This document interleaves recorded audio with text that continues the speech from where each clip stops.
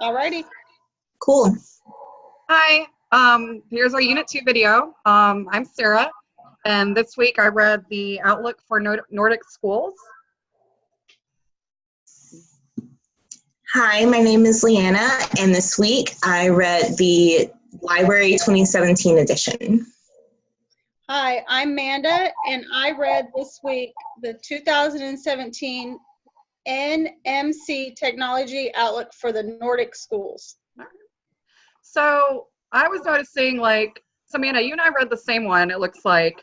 And so when I was thinking about how the standards align, I noticed in mine that it talked about students as creators and focused on children creating things and learning through those experiences instead of just receiving information, being just getting all that information just directly from the teacher.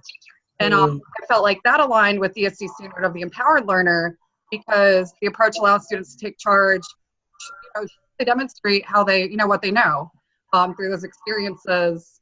And then also for the ISTE standards for teachers and the standards for coaches, the Nordic schools are focusing on assessments that are basically focused on dialogues and self and peer assessments instead of exams. So I think that gives teachers the ability to effectively evaluate those authentic experiences and conversations that the children are having instead of through a standardized exam. What else, what did y'all notice with how the standards aligned with your reports? That's a really cool report. I wish I would have read that one. Yeah, that's really great. When I was reading the long-term focus for my article, I focused on the cross-curricular or cross-institution collaboration. And that lined really well across the board, especially with the issues of funding. What I noticed was that the more ISTE standards that a particular program covered, the more likely that they were able to get funding for the particular program within the library. And I thought that that was really interesting, that you have to add so much together just to get funding for something that would be quite interesting and effective on its own. Mm-hmm. Absolutely. Well, the one place that amazed me was that the Nordic Outlook actually talked about the expansion of digital tests, and then that's exactly what we're doing this week, is doing online assessments on our website. So they're definitely the wave of the future. They have all future of technology and education right there, and they're trying to implement it into their classrooms. Mm-hmm. Absolutely. What year was the Nordic standard that you guys read? 2017. Yes. Okay, cool. So we all read something that was pretty recent. Yeah. It's interesting with the 2017 reports, how you can see what's going on in your classroom and then compare that with the actual report, like the long term and the short term for that. It's really the now. So that was really cool to see with the 2017 report. What did you guys see that was most interesting? I really enjoyed reading the 2017 Nordic edition just because I do feel like they're so cutting edge. But one of my favorite things was they talked about redesigning the learning space. And they're talking about how innovative thinking and architecture is influencing the sustainable design and construction of new school infrastructures. And so they talk about how one of the secondary schools in Norway is designed to strengthen the students' understanding of relationship between man and nature. So we're using technology to even better our understanding of nature. Mm-hmm. Yeah, that was really interesting. I thought that part was interesting. The other thing I found interesting with our report was that how it was talking about in Denmark and Norway, those formal assessments, and we kind of touched on it a little, a second ago, but how those assessments are being digitized, exams are taken online, and they're seeing that it helps that the scoring, administration, reporting is more it's more effective and secure. And it stood out to me because I remember a couple of years ago, there was a standardized test. I don't know if it was Star Online or what it was. And when the children submitted their exams, there was an error and none of the exams counted.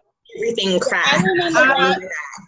And so I think it's good to find ways to incorporate technology and do these administrations online, but sometimes, you know, especially make sure that the testing's secure and effective, but then to, you know, always having to keep in the back of your mind that, you know, things that might happen. And so I think sometimes relying completely on technology might not always be your best option. Yeah, some schools just aren't equipped for that. Like my school in particular, we had to like roll laptops from around the entire building just to have enough for those students to test. And it was a nightmare. It was a nightmare for the state as well. That's a really good point. Yes.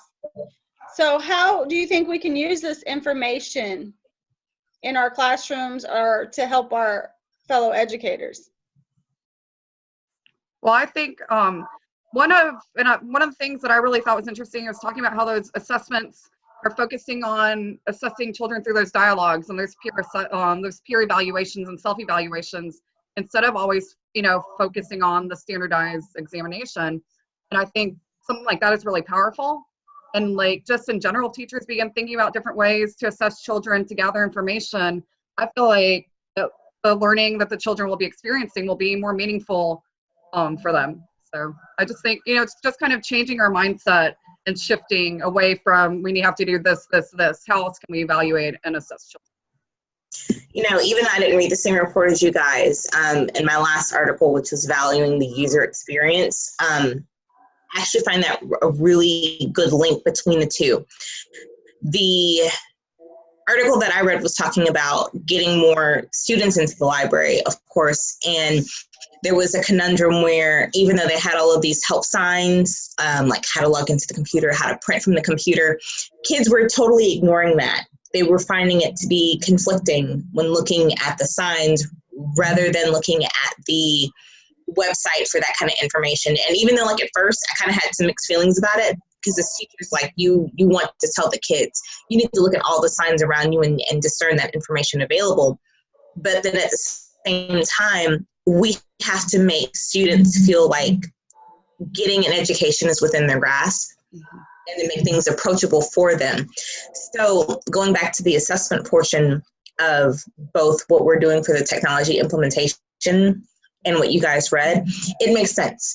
Not everyone learns or tests the exact same way. And we have to make things not catering to the student, but making it more accessible for them. I think that's important. I think so too. I also like the fact that in Norway, they talk about how the Nordic leaders have long believed that schools can play a major role in the growth of their national economies.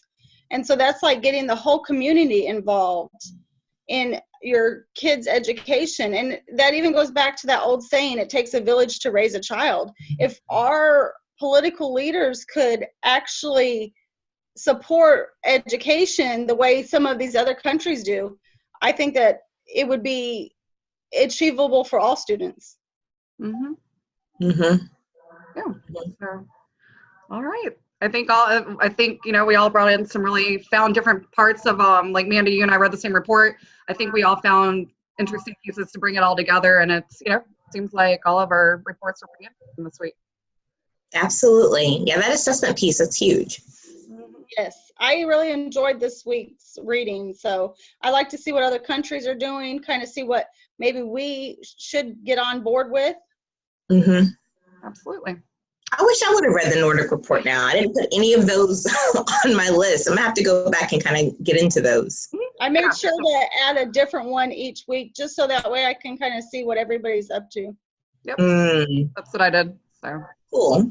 All right, ladies. Well, we'll see y'all next week. Have a good Saturday.